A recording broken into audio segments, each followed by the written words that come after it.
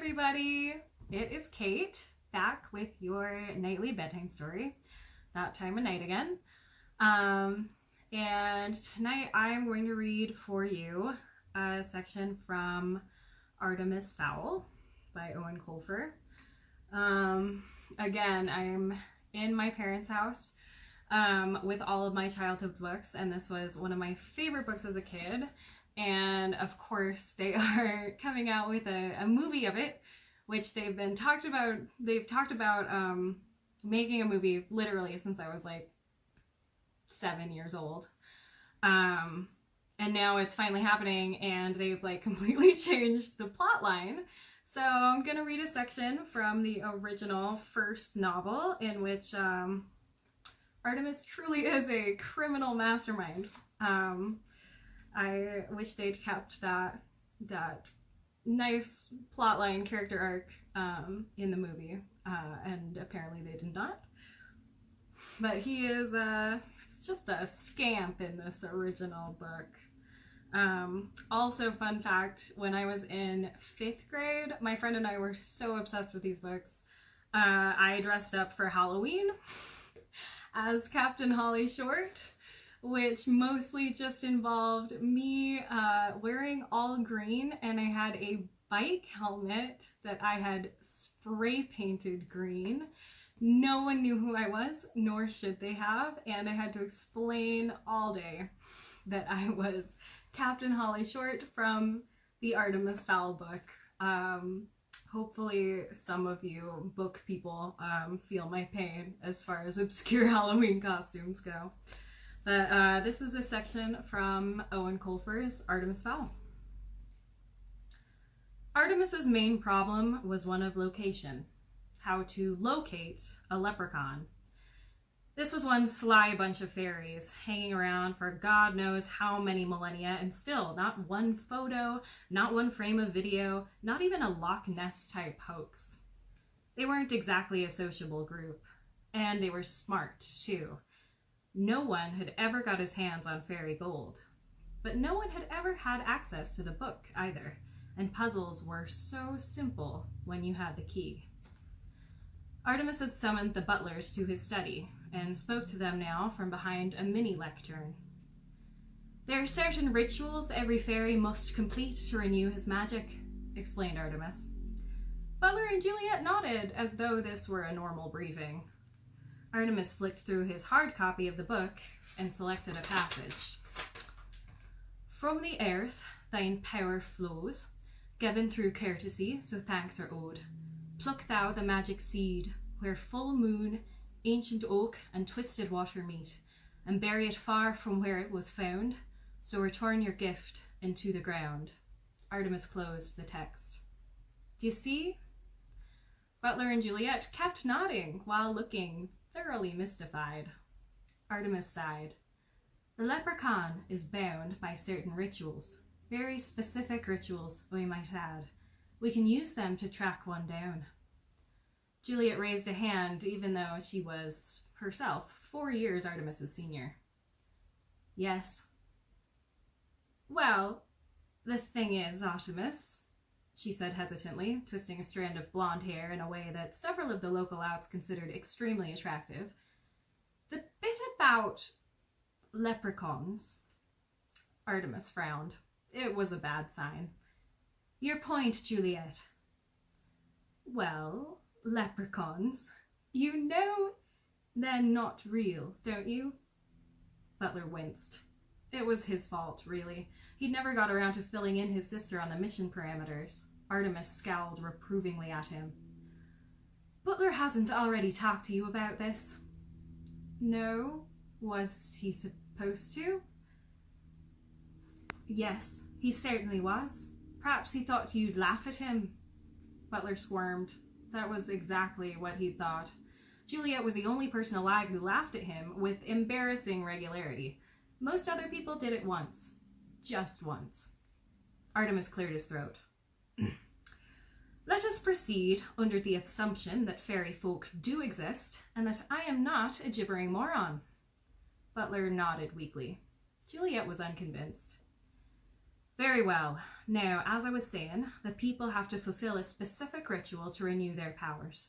According to my interpretation, they must pick a seed from an ancient oak tree by the bend in a river, and they must do this during the full moon. The light began to dawn in Butler's eyes. So, all we have to do is run a cross-reference through the weather satellites, which I already have. Believe it or not, there aren't that many ancient oaks left, if you take ancient to be 100 years plus. When you factor in the river bend and full moon, there are precisely 129 sites to be surveyed in the country. Butler grinned. Stake out. Now the master was talking his language. There are preparations to be made for our guest's arrival, said Artemis, handing a typewritten sheet of A4 to Juliet. These alterations must be made to the cellar. See to it, Juliet, to the letter. Yes, Artie. Artemis frowned, but only slightly. For reasons that he couldn't quite fathom, he didn't mind terribly when Juliet called him by the pet name his mother had for him. Butler scratched his chin thoughtfully. Artemis noticed the gesture. Question? Well, Artemis, the sprite in Ho Chi Minh City. Artemis nodded. I know. Why didn't we simply abduct her? Yes, sir. According to Chi Lun's Almanac of the People, a 17th century manuscript recovered from the lost city of Shishamo, once a fairy has taken spirits with the mud people, that's us, by the way, they are forever dead to their brothers and sisters, so there was no guarantee that that particular fairy was worth even an ounce of gold. No, my old friend, we need fresh blood. Is that clear? Butler nodded. Good. Now there are several items you'll need to procure for our moonlight jaunt. Butler scanned the sheet. Basic field equipment, a few eyebrow razors, nothing too until sunglasses at night? When Artemis smiled, as he did now, one almost expected vampire fangs to sprout from his gums. Yes, Butler, sunglasses. Trust me. And Butler did, implicitly. Holly activated the thermal coil in her suit and climbed to 13,000 feet. The hummingbird wings were top of the range. The battery readout showed 4 red bars, more than enough for a quick jaunt through mainland Europe and across the British Isles. Of course, the regulations say always travel over water if possible, but Holly could never resist knocking the snow cap from the highest Alp on her way past. The suit protected Holly from the worst of the elements, but she could still feel a chill sinking into her bones. The moon seemed huge from this altitude, the craters on its surface easily distinguishable. Tonight it was a perfect sphere, a magical full moon. Immigration would have their hands full as thousands of surface-sick fairies were drawn irresistibly overground. A large percentage would make it, probably causing mayhem in their revelry. Earth's mantle was riddled with illegal tunnels, and it was impossible to police them all. Holly followed the Italian coast up to Monaco, and from there across the Alps into France. She loved flying. All fairies did. According to the book, they had once been equipped with wings of their own, but evolution had stripped them of this power, all but the sprites. One school of thought believed that the people were descended from airborne dinosaurs, possibly pterodactyls. Much of the upper body skeletal structure was the same. This theory would certainly explain the tiny nub of bone on each shoulder blade. Holly toyed with the idea of visiting Disneyland Paris. The LEP had several undercover operatives stationed there, most of them working in the Snow White exhibit. It was one of the few places on Earth where the people could pass unnoticed. But if some tourist got a photo of her and it ended up on the internet, Root would have her badge for sure. With a sigh of regret, she passed over the shower of multicolored fireworks below. Once across the channel, Holly flew low, skipping over the white-crested waves. She called out to the dolphins, and they rose to the surface, leaping from the water to match her pace. She could see the pollution in them, bleaching their skin white and giving them red sores on their backs. And although she smiled, her heart was breaking. Mud people had a lot to answer for. Finally, the coast loomed ahead of her. The old country, Erin, the land where time began, the most magical place on the planet.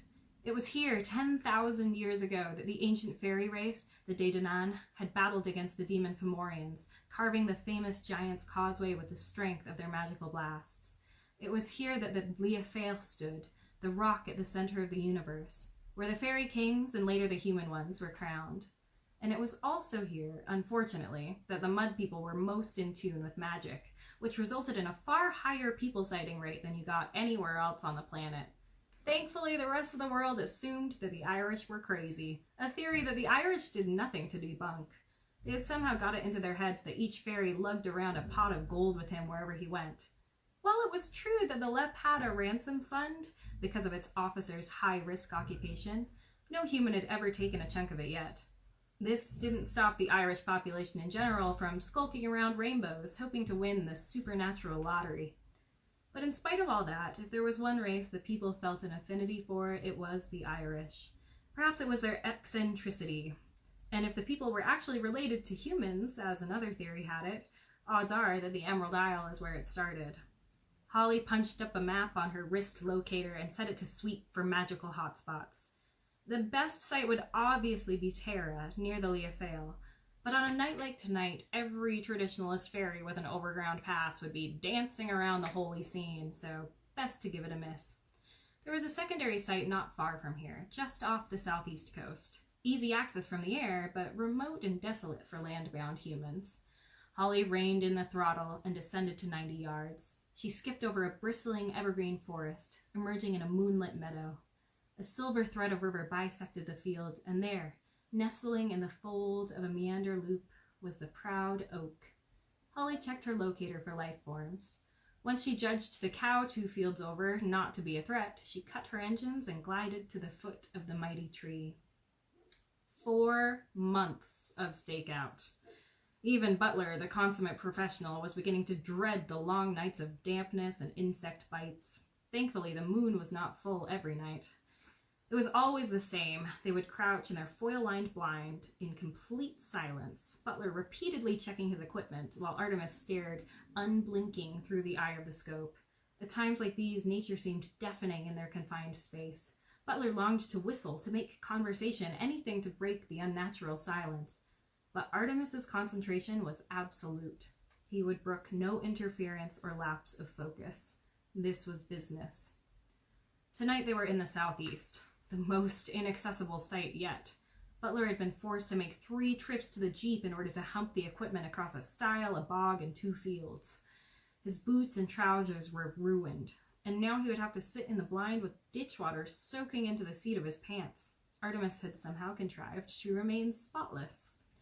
The blind was ingenious in design, and interest had already been expressed in the manufacturing rights, mostly by military representatives, but Artemis had resolved to sell the patent to a sporting goods multinational.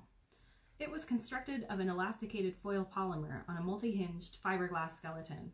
The foil, similar to that used by NASA, trapped the heat inside the structure, while preventing the camouflaged outside surface from overheating.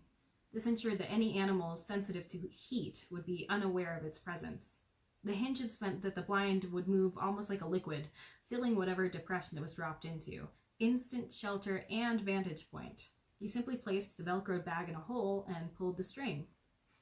But all the cleverness in the world couldn't improve the atmosphere. Something was troubling Artemis.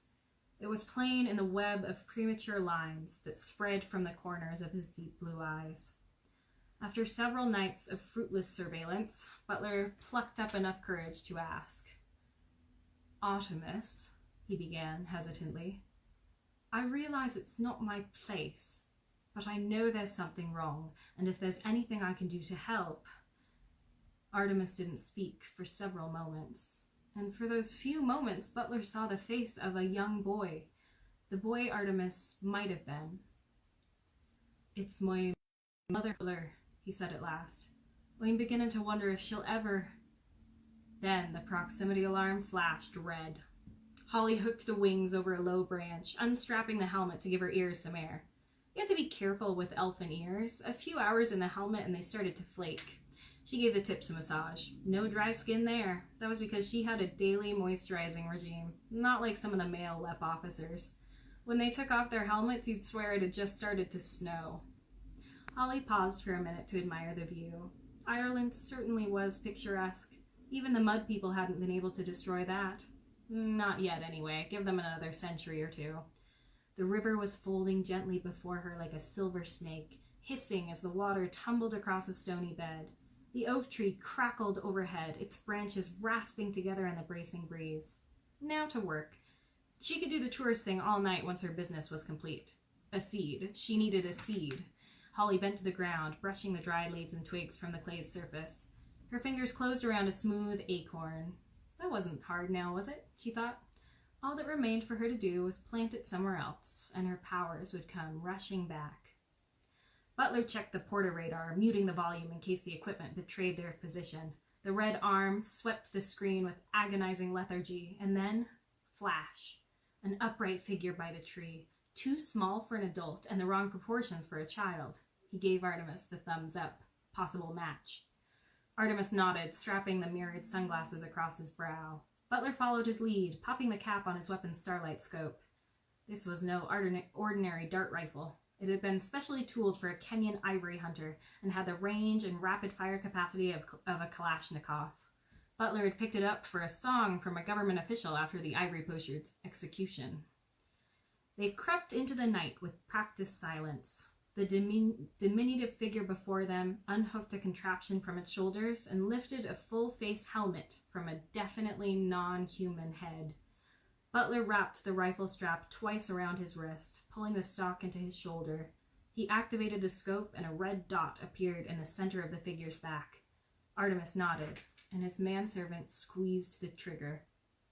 In spite of 1,000,000 to 1 odds, it was at that precise moment that the figure bent low to the earth. Something whizzed over Holly's head, something that glinted in the starlight.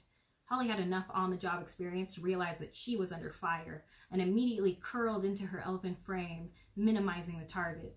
She drew her pistol, rolling toward the shelter of the tree trunk. Her brain scrambled for possibilities. Who could be shooting at her, and why? Something was waiting beside the tree. Something roughly the size of a mountain, but considerably more mobile. "Nice pea shooter," grinned the figure, smothering Holly's gun hand in a turnip-sized fist. Holly managed to extricate her fingers a nanosecond before they snapped like brittle spaghetti.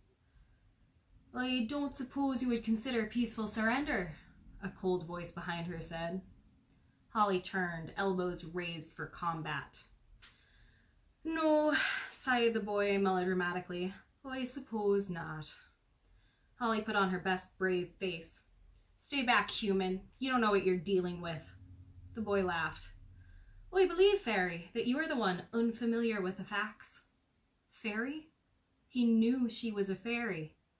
"I have magic, mudworm, enough to turn you and your gorilla into pig droppings."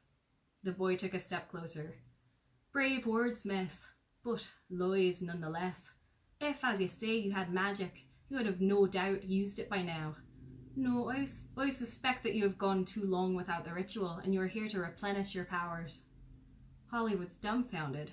There was a human before her, casually spouting sacred secrets. This was disastrous, catastrophic. It could mean the end of generations of peace. If the humans were aware of a fairy subculture, it was only a matter of time before the two species went to war. She must do something, and there was only one weapon left in her arsenal. The mesmer is the lowest form of magic and requires only a trickle of power. There are even certain humans with a bent for the talent. It is within the ability of even the most drained fairy to put a complete mind kibosh on any human alive. Holly summoned the final dribble of magic from the base of her skull. "Human," she intoned, her voice suddenly resonating with bass tones. "Your will is mine." Artemis smiled, safe behind his mirrored lenses. "I doubt it," he said, and nodded curtly. Holly felt the dart puncture the suit's toughened material, depositing its load of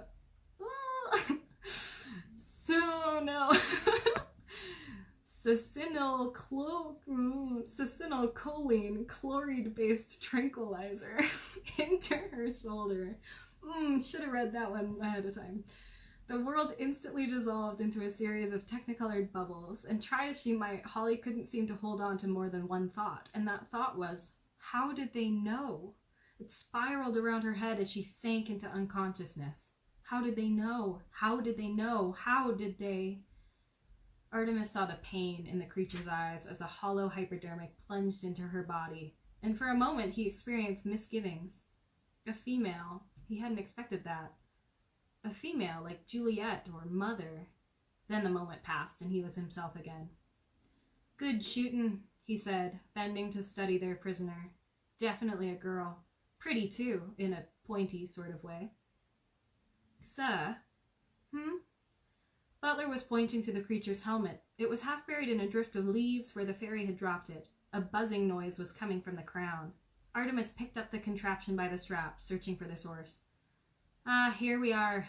He plucked the view cam from its slot, careful to point the lens away from Butler. "Fairy technology, most impressive," he muttered, popping the battery from its groove. The camera whined and died. "Nuclear power source, if I'm not mistaken. We must be careful not to underestimate our opponents." Butler nodded, sliding their captive into an oversized duffel bag. Something else to be lugged across 2 fields, a bog, and a stile. And that's it. Thanks so much for joining me for tonight's story time. Hope you are well and stay safe, and hopefully we will see you